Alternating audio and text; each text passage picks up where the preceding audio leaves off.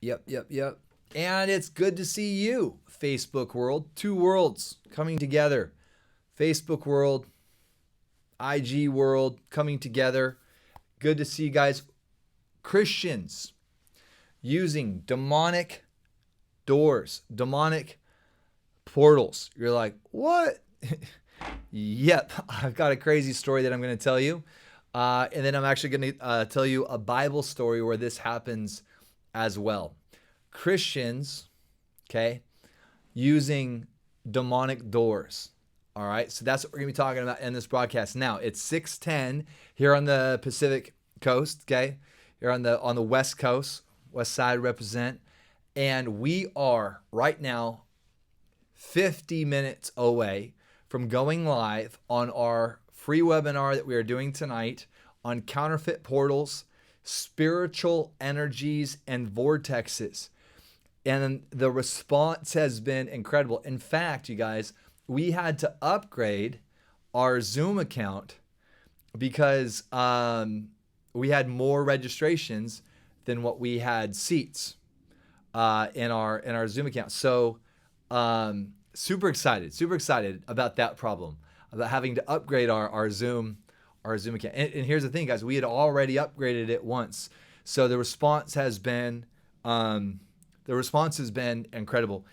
Tonight we're going to be talking about a bunch of stuff. One of the big questions I've been getting all week as a response to the Sid Roth interview is, of course, concern from Christians regarding the word choice of portals, and wanting scriptural references for the word portals. In fact, I've read several books written by a lot of my friends on portals, and sometimes there's not a lot of scriptural references. In fact, some people say the word portal isn't even used in the Bible.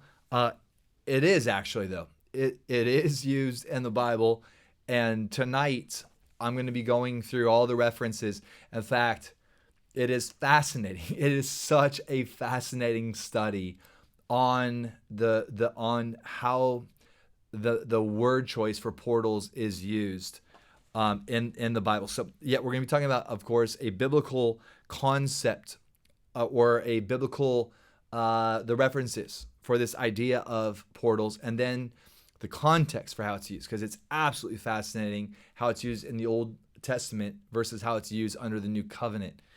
All right. But of course, what everybody wants to hear about are spiritual energies and vortexes. We're going to be talking, and right off the bat, the link for this webinar, and you got to register to get on it. And the link, if you're on Instagram, you guys, what's up, Instagram? You guys, you can go to my stories, okay? And there's a link in my stories, and you just click on that link and get yourself registered. It's guys, this is a deep dive tonight. This is a 90-minute study on counterfeit portals, spiritual energies, and vortexes, okay? What's the Facebook world saying? You're not too late to join the call, Miss Cheryl. And so the links are posted there on Facebook and on Instagram. Okay. A while back, I had an interesting conversation with some guys who were going to a location. And the reason why they were going to a location is because there was going to be a group of people at this location who they were going to be engaging with something. And through the process of this engagement, they would actually be opening a spiritual portal. And these guys who were Christians, they were going to use that spiritual portal as an access point to access the spirit world. And they said essentially that they could access the presence of God, the glory of God, a realm in the kingdom through an access point. So I just want to explain, they were not going to this place to be a missionary or to share the gospel, to tell people about Jesus. they were going to this place because these unbelievers were going to be using several keys. You can open portals using several keys. We're going to be talking about those keys that are used to open portals. People outside of the kingdom of God. There are several keys that open counterfeit portals. And we're going to be talking about that tonight. And so what they would do is these guys would go to these locations where there were these young people, and these young people would be doing something using several different keys, okay, to open these counterfeit portals. And then what they would say is that they could access these places in the spirit that they simply couldn't access in the church. Now, it's not surprising to think that there are places in the spirit that you can access outside of church meetings. That's, that's not surprising. Unfortunately, not a lot of realms are sometimes encountered in church services, unfortunately, right? There's reasons for that. And I'm a pastor, and I love the church, but if we're honest, the church has become far too secular for even the world.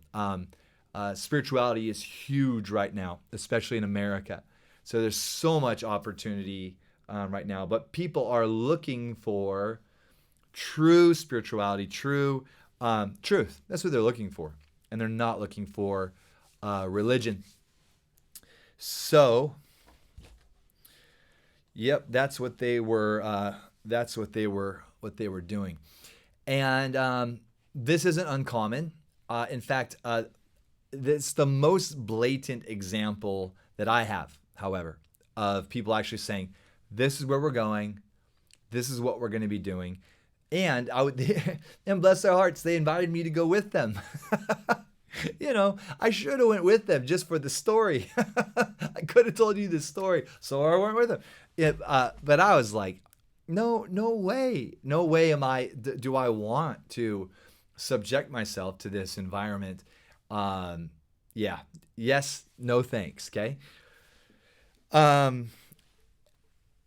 So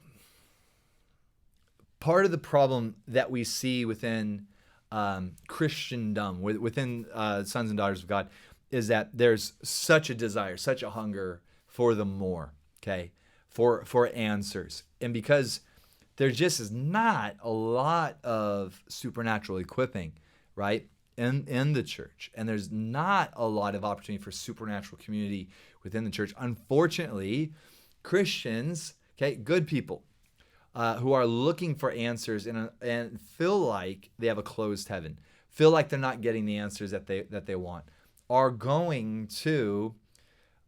using keys to unlock counterfeit portals.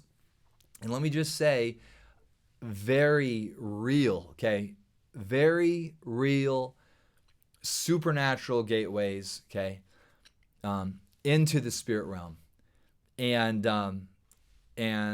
you're saying, well, is that a problem? Like, is it a problem for a Christian to access the spirit realm through a gateway that somebody that's not a Christian? So that's the question. And some of you will be putting up your own comments. I see a lot of comments going up on Facebook, and a little bit more quiet perhaps on in the Instagram world. So to answer this question, instead of just giving you my opinion, and I am going to tell a story tonight about a gal that was being tutored by a dragon. And so she would literally go into she was not a Christian, but she would literally go at night into the spirit world to be tutored by dragons. And we're going to talk about that a little bit tonight. And again, time is ticking away. So I need to kind of wrap this up. I'll throw out another invitation to make sure that if you haven't registered for tonight's webinar, that you maybe jump off of this and get yourself registered, and then come back and watch the replay, or come back and join us. But the question is it a problem for a believer to access the spirit realm using whatever sequence of keys? Okay, and so to answer this question, we're actually going to dive into the Word of God to see what the Bible has to say about this. And it's fascinating because this is exactly what Saul did in 1 Samuel 28, verses 4 to 8. So again, 1 Samuel 28, verses 4 to 8. And the context of this is that Saul is at war. We have two armies that are staring each other down. Um, and we see that Saul's looking at the Philistines and he's thinking, oh crap, this ain't good, right? And it says that he's afraid and that his heart trembled greatly. And Samuel, the prophet, is dead. And Samuel was Saul's portal, his access point to God, which is interesting because the same thing can be true today where many believers don't have their own relationship with God. They're not hearing for God for themselves. They're hearing from the Lord only through YouTube prophets. They're hearing from the Lord only through fill in the blanks. Okay. And I don't want to throw anybody under the bus, but I get concerned when I hear Christians and they're gathering and they don't have the word of the Lord for themselves. They don't have a scripture for themselves. They go right to whatever blog they read that morning or whatever prayer update they got from a prophet that morning. That's really concerning to me. That's the kind of relationship that Saul had with God. He didn't have a relationship with God for himself. Saul, basically, his only access point with God was from Samuel's blog, right? From Samuel's YouTube channel. And when Samuel died, and now Saul is at war and he's being stared down by his enemies, it says that he was freaking out. He's asking God, and God just is not responding. Okay, and so it's almost like Saul is thinking, well, I tried to access God by knocking on his door. He didn't answer. So now I'm going to try to access God by going through a counterfeit portal. Okay. Now listen, if you're trying to access the Lord, if you're going to him directly and he's not answering, there is an answer in the no answer. Okay. So Saul goes to his servants and he says, hey, listen, I know that there's no more witches in the region, that we've banned all of them. We know that there's no more mediums that can conduct seances in the region. We've banished them. But are there? Are there any mediums that can access the dead for me, right? And what's interesting is that his servants are like, yeah, actually there are. Like, and the thing is that even though they have kind of banished these mediums, these witches, if you will, these witches or mediums are the influencers of their day. So even though they're out of the spotlight, it's like everybody knows them, and everybody knows where to find them. And so Saul says, well, take me to one. And there's this really well-known medium, and this is a 10-mile journey, and this is quite a long journey. And finally, Saul, is sitting down with this medium, and it turns out that she's a fraud, right? It turns out that this isn't even a real witch. This is a fake witch, and she's making money off of people. And but through the process of her doing her little witchcraft performance, she actually begins to have a real encounter, okay? And in this real encounter, she essentially sees what she claims as the Elohim leaving the earth. She sees these spirits that are leaving the earth. And we know just through the study of God's word that spirits leaving the earth would not be talking about Samuel and angels leaving the earth, but that these would be demonic spirits tethered to the earth if they're coming off the earth. And then all of us and Saul's like, give me more. This is this is not what I and he's yelling like, Samuel, are you there? Right? And then finally she's like, this witch is like, wait, and she's freaking out the whole time. She's like, don't kill me. You got to promise you won't kill me. And Saul is like, I promise by the Lord. Like, so he actually swears to God that he's not going to kill this fake witch who's actually beginning to become a real witch because this realm actually starts to open up for real. And all of a sudden she sees this man, and he's wearing a mantle, and he claims to be Saul, Samuel. He claims to be the prophet, and it's like, and she's freaking out. She sees this man, and all of a sudden, the prophet Samuel begins to speak to Saul and begins to give him information that is actually tormenting Saul. He begins to get tormented by this information. And what this is this is a demon, okay, that is posing as this prophet. And this encounter, okay, leads to a great deception. It leads to a great disheartening. He loses his courage, and it leads him into, he loses heart. Okay, and so the moral of this, I mean, we can pull a lot out of this. He goes to a counterfeit gate, and because of that, he has a counterfeit experience. The point being is this: if you access the spirit realm through any other gateway, if you access the spirit realm through any other shepherd that is not Christ, you will have a real experience with false information. You will have a very real, a very tangible experience in a realm, but the data can't be trusted. Because anytime you enter into the spirit world outside of Christ, you're actually entering into a realm of chaos and anarchy. There is no government of righteousness or peace or joy there within that realm. And that's what happens. That's what happens in this particular encounter. And this is what happens when believers go into these. Now, it is possible that Jesus can break into a counterfeit experience and rescue people.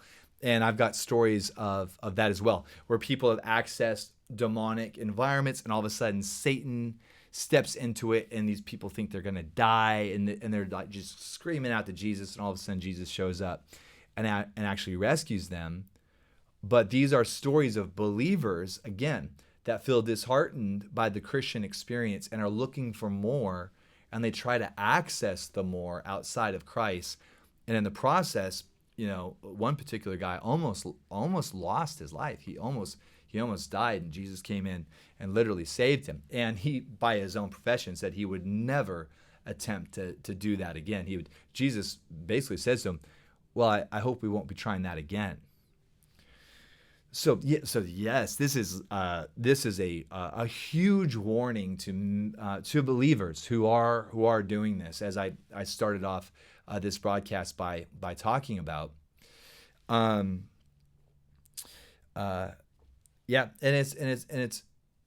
it's also troubling when you have believers that are getting information from demons. When you have prophets who are getting intel from the devil. They have an encounter and the devil tells them, this is what I'm doing, this is what I'm going to do. We don't, as prophets, we don't get our data from the devil ever, okay? Why? Because the devil, another name for him is Beelzebub, which means the father of lies. So you literally cannot trust anything the devil tells you. If the devil tells you anything, you can just laugh. I'm gonna finish. You can just say, I don't believe you. Like if the devil ever comes to you and says, I'm going to kill you. I'm going to kill you. You can laugh. You can just laugh at the devil and just say,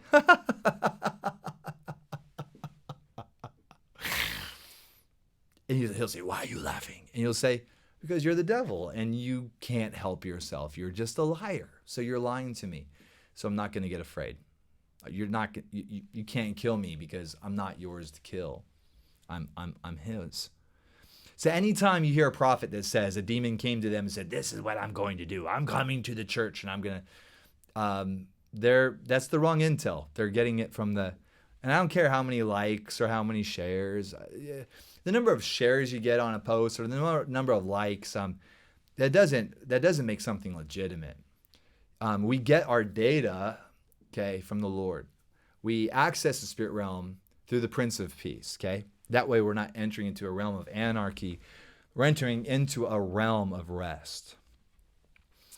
And so, yeah, I mean, this is teaching that I hope will ground you and help you discern some of the nonsense that happens in charismatic world. I had an encounter, and in this encounter, I saw my grandpa, and it didn't look like he was in heaven. And my grandpa died, years ago, and it looked like he was suffering, and it looked like he was in a snowstorm, and he was going up this mountain, and he just looked miserable.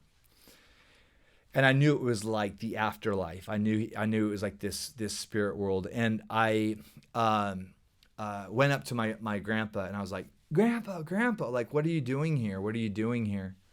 And he didn't want anything to do with me. And I said, Grandpa, it broke my heart. I was like, Grandpa, what are you doing here? And he wanted nothing. Yeah, he just like, get away from me. He just wanted nothing to do with me. And then I was like, Grandpa, what are you doing here? And he looked at me and he said, stop talking about me and stop telling my stories. So anybody that knows my grandpa, he had all these jokes. He's just such a big character. And I always tell stories about my grandpa. And here he was mad at me. It was almost like he was mad at me, and he was like getting on my case, And I was like, and when I came out of that experience, I was really bothered. I thought, oh my gosh, is my grandpa, is he, is he in hell? Did he not go to heaven? And I was really bothered by it. And so we had Bobby Connor here in Seattle, and I was chatting with Bobby, and I told Bobby, I said, let me tell you about this experience that I had.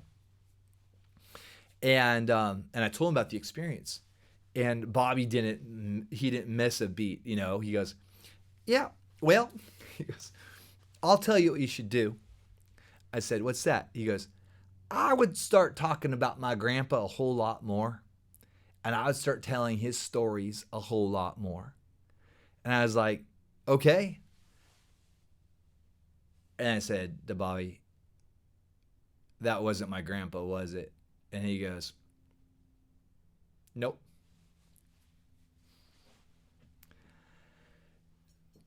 It's pretty fascinating. It's pretty fascinating that you can't trust everything you see on TV. You can't trust everything you see in the media. And believe it or not, you can't trust everything that you see in the spirit realm, in a dream, or in an encounter. You can't trust everything that you read on the web. You can't trust everything that you see on a blog. We all, as Paul would say, we all see in part, and we all deliver what we see through a series of filters and experiences. And for that reason, it's so important and imperative that the Word of God is what is grounding us, right? And that we are connected to a body that honors the fivefold.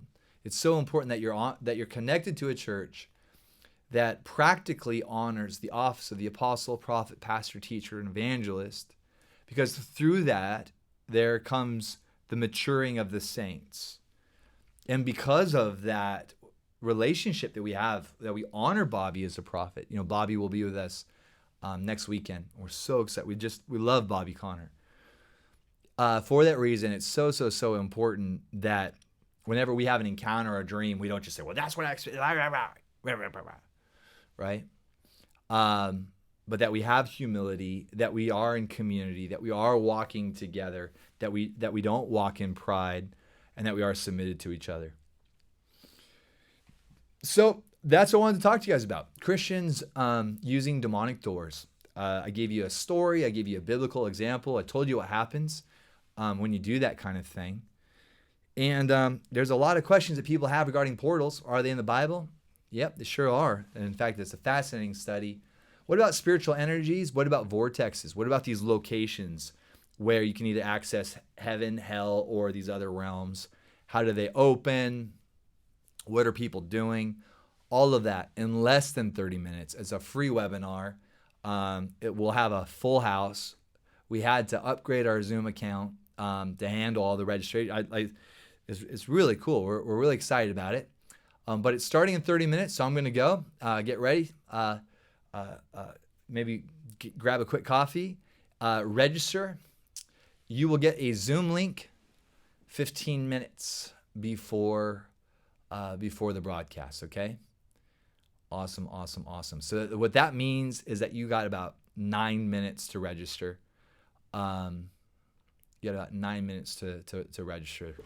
And then, because the link will go out at 6:45. Okay, thanks for being here. Bless you guys.